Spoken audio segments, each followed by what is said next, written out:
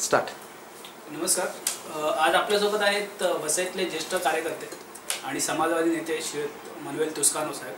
Sir नमस्कार. नमस्कार साहेब, आपण वसईतल्या महानगर आंदोलन 2006 पासून लढवत आहे. तसेच वेगवेगळ्या सामाजिक कार्यामध्ये आपला सहभाग असतो. तर आणि ह्यावेळी आपण विधानसभेची निवडणूक लढवत आहे. तर याबद्दल आपलं प्रयोजन काय आहे? मागील 40 वर्ष मी सार्वजनिक कामामध्ये अग्रेसर राहिलेलो आहे. मी सर्व प्रकारच्या चळवळी आंदोलनं केली आहेत. वसईच्या पर्यावरणाच्या लढाईमध्ये माझा सिंहाचा वाटा राहिलेला आहे. रेल्वेचं आंदोलन असो, एसटीचं असो, रस्त्याचं असो किंवा वसई तालुक्यात एकसारखे कायदा आणि सुव्यवस्थेचे जे प्रश्न निर्माण होतात त्याचे आंदोलन असो, त्या प्रत्येक आंदोलनामध्ये मी चळवळी केलेल्या आहेत. प्रश्नासाठी मी लढलेलो आहे. त्याचबरोबर रेल्वेचं जे आंदोलन झालं अलीकडे, त्याच्यामध्ये 4-5 वर्षापर्यंत आम्ही सातत्याने चळवळ केली आणि त्याचा परिणाम आता लाखो प्रवाशांना दर 5-7 मिनिटांनी गाड्या मिळून त्याचा फायदा लाभ मिळत आहे. चौपदरी रेल्वे मार्गाच्या मागणीसाठी 1987ला आमच्या पक्षातर्फे, जनता दलातर्फे आम्ही वसई रोड स्टेशनमध्ये मोठं आंदोलन केलं होतं. त्या आंदोलनात चांगलं यश आलं आणि केंद्र सरकारने ह्या वसई तालुक्यातील जनतेसाठी आणि पुढे डहाणूपर्यंतच्या आणि बोरिवली ते विरारपर्यंतच्या लोकल रेल्वे मार्गावरती चौपदरी रेल्वे मार्ग टाकण्याचा प्रस्ताव मान्य केला आणि आज त्याचा लाभ मिळत आहे. गुन्हेगारीच्या विषयावरती आम्ही 2 नोव्हेंबर 1995ला विधानसभेवरती मोर्चा नेला होता आणि हा मोर्चा अभूतपूर्व असा होता. सागरी आयुक्तालयाची मागणी त्यावेळेला आम्ही लावून धरली. वसई तालुक्यातील पोलीस बळ वाढवण्याची आम्ही मागणी केली. हे सर्व लोकांना माहिती आहे, त्या लोकांना आठवण आहे आणि म्हणून त्याचाच एक परिणाम म्हणून आज लोक मला वसई तालुक्यातली आलेली विधानसभेची निवडणूक लढवायचा आग्रह धरत आहेत. त्याचं म्हणणं असं की एका बाजूला हितेंद्र ठाकूर, दुसऱ्या बाजूला विवेक पंडित, ह्या दोन्ही उमेदवारांविषयी लोकांना आस्था नाही आणि म्हणून मी मध्ये पर्याय असला पाहिजे.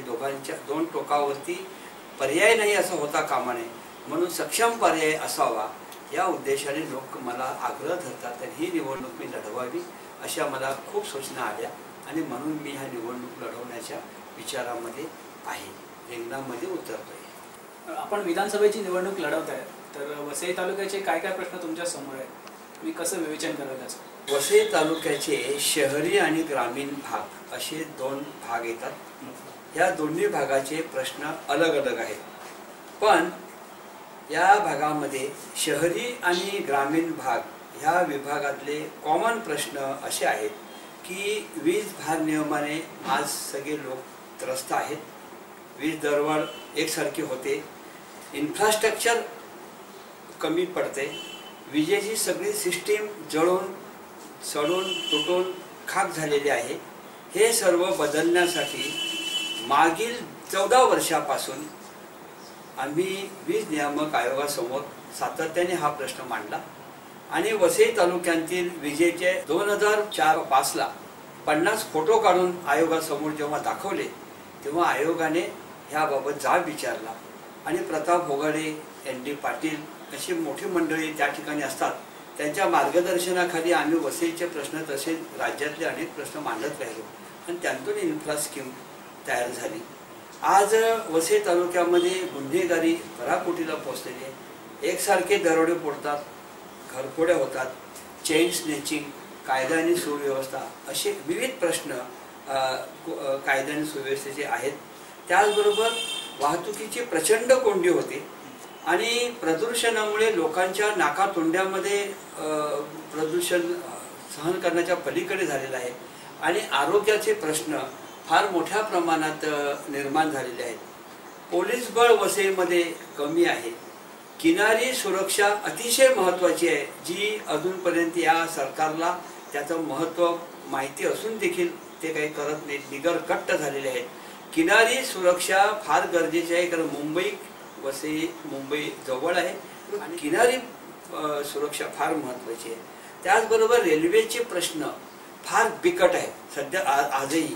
कारण एवढ्या गाड्या वाढून देखील किंवा एवढ्या फ्रिक्वेन्सी मिळून देखील आज लोकांना गाडीमध्ये टांगून जावं लागतं. सकाळच्या वेळेला गाडीत बसता येत नाही, चढता येत नाही, उभं राहायला पण होत नाही आणि संध्याकाळी येताना सुद्धा लोकांना फार त्रास होतो.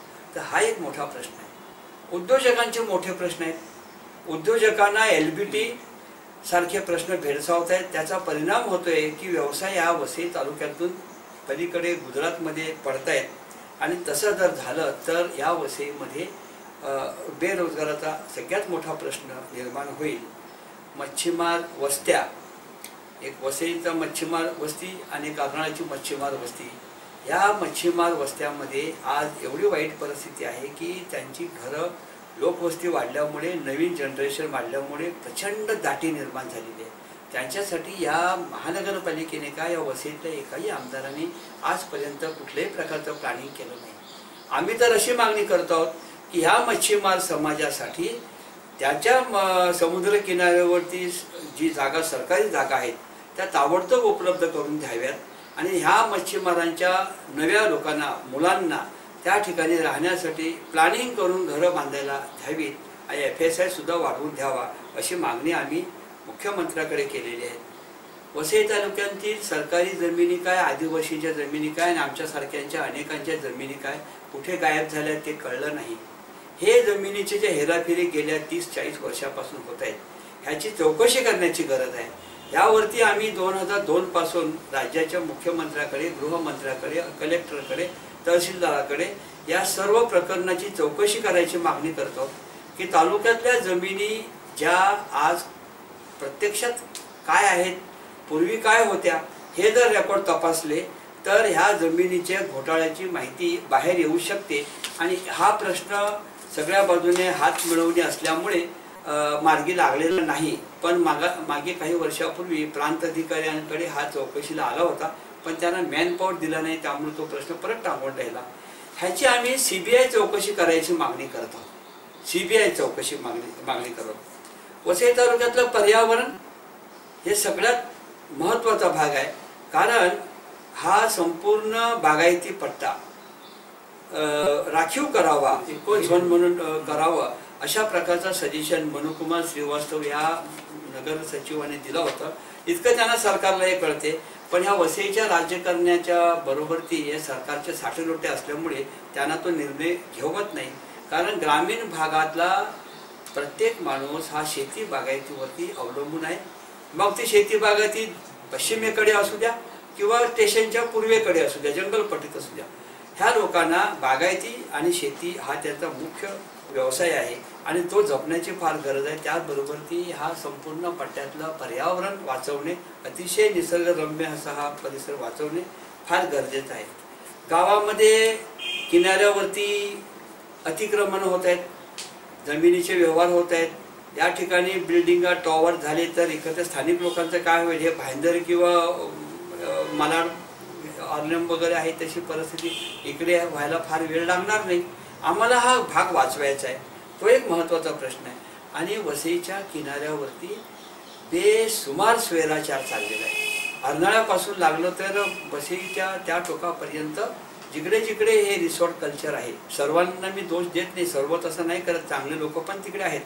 पण तरी सुद्धा मोठ्या प्रमाणात बेबंद हे कॉलेजमधले, शाळेतले मुलासकट असे गैरव्यवहार होतात. आणि आमचे लाडके आमदार, वसई तालुक्याचे आमदार भाऊ विवेक पंडित ह्यांचं हे पत्र आहे.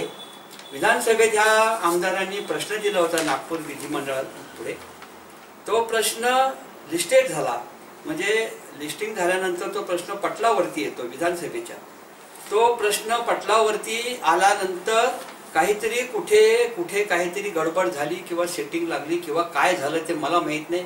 एकतर अर्थकारण असेल किंवा मतकारण असेल, काहीतरी कारणास्तव या आमदार विवेक पंडितांनी विधानसभेच्या सचिवाला पत्र देऊन हा प्रश्न मागे घ्यावा अशी विनंती केली आहे. या पत्रात म्हटलेलं आहे की माझी माहिती गैरसमजावरती आधारित होती, चुकीची माहिती मला पुरवण्यात आली होती आणि वास्तव निराळच आहे असंही म्हटलंय, तशी वस्तुस्थिती नाही असंही म्हटलेल्या पत्रामध्ये.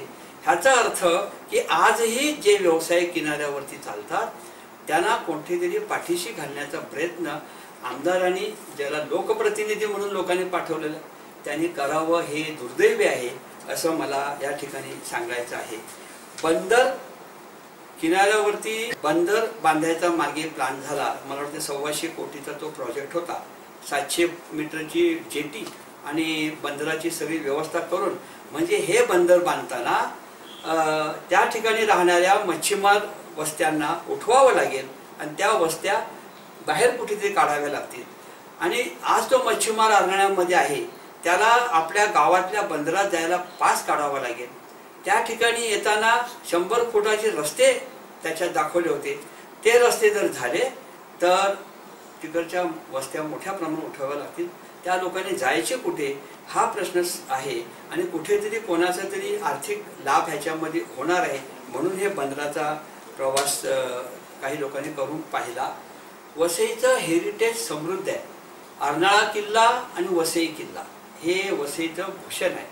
फडकेवाडा आमच्या आगाशीमध्ये होता. तो पाडायचा डावपे चालले होते. आमच्या लक्षात नाही आलं कारण आम्ही हेरिटेज कन्झर्वेशन सोसायटीतर्फे त्याचा सर्वे केला होता. पण दरम्यानच्या काळात हे सर्वे लिस्टेड व्हायच्या आधी त्यांनी तो फडकेवाडा पाडला. आम्ही आक्षेप घेतला होता, पत्र दिलं होतं, नोटीसही दिली होती. तेवढ्यामध्ये मला केव्हीएडची नोटीस आली, त्या बिल्डरने मला पाठवली. सगळ्यात महत्त्वाचा प्रश्न असा आहे की 29 गावाचा प्रश्न. वसईचं नैसर्गिक जे समृद्धी आहे की निसर्ग संपन्न जी गावं आहेत हे जो परिसर आहे हा वाचावा ह्यासाठी आम्ही प्रयत्न करत होतो. त्यात महत्त्वाचा भाग असा की 1988 पासून एकसारखे विकास दर 2-2 वर्षांनी विकास आराखडे, दर 2 वर्षांनी विकास आराखडे असे यायला लागले. या प्रत्येक आराखड्यामध्ये काहीतरी गडबडी होत्या आणि आम्ही त्या बरोबर पॉइंट आउट करून त्याच्यावरती आक्षेप नोंदवून सुनावणी घेऊन आम्ही ते त्यांना रद्द करायला लावले. विकास असा जो सत्ताधाऱ्यांकडून सततचा आरडाओरडा चालू असतो त्या विकासाची आपल्या मते नेमकी व्याख्या काय?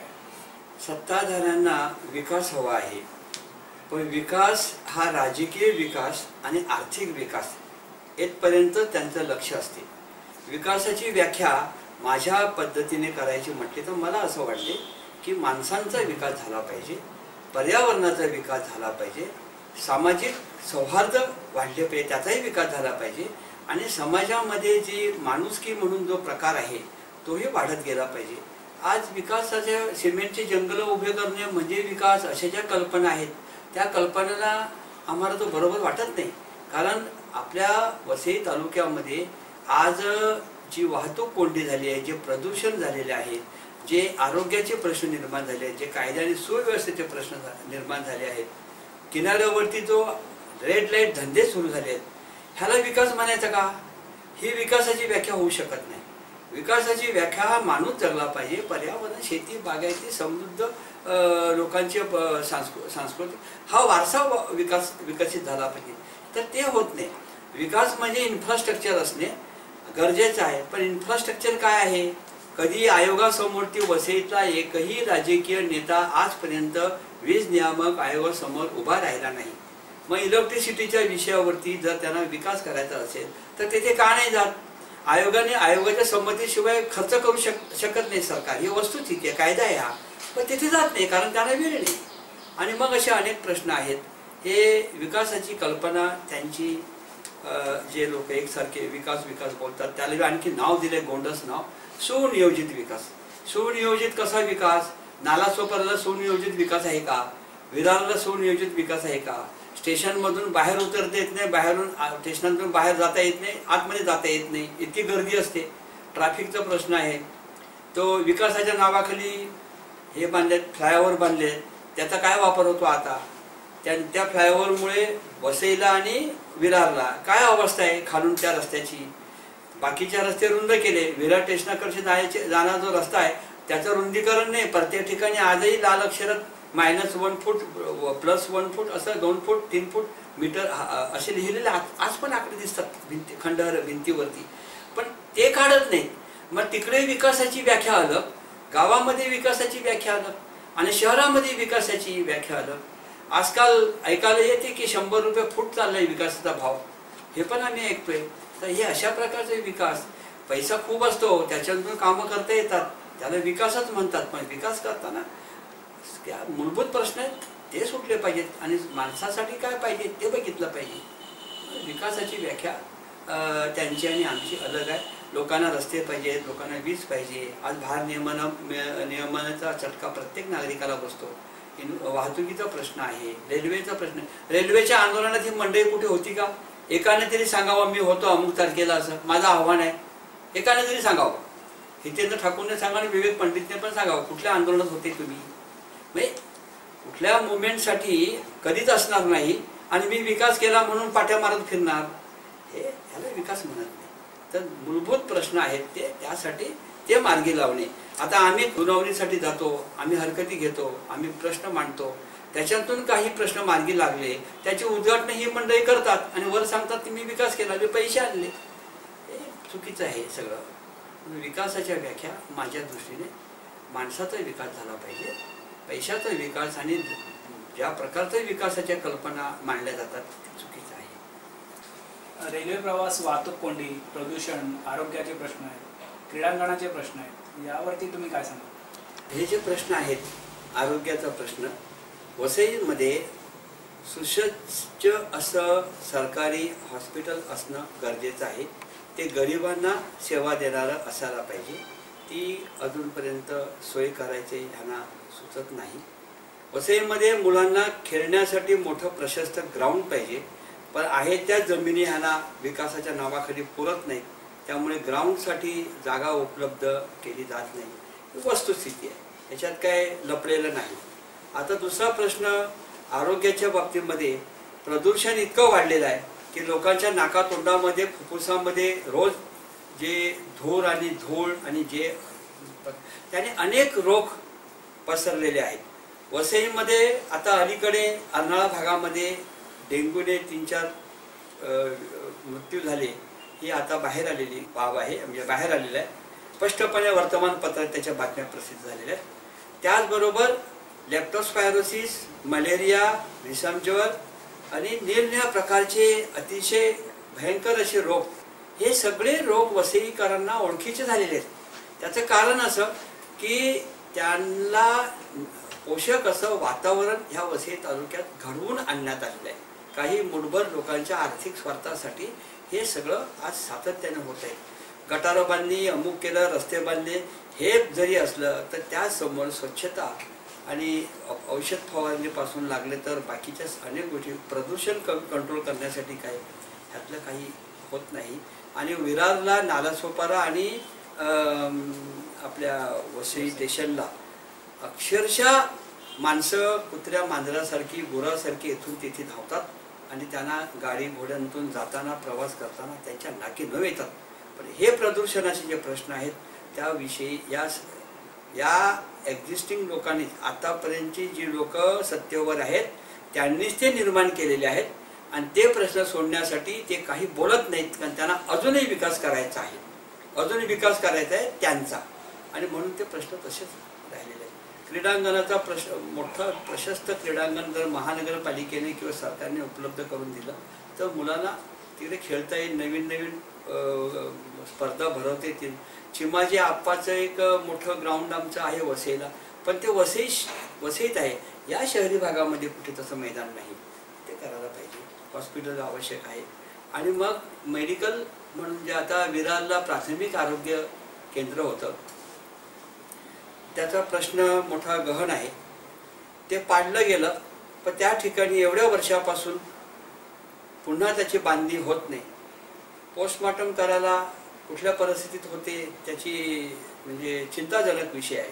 तर हे सर्व व्हायला पाहिजे. तर विकास म्हणणारे लोक विकास स्वतःच्या आणि त्यांच्या गोतावळ्यातल्या लोकांचा आधी करतात. लोकांचं काय व्हायचं ते होऊ दे आणि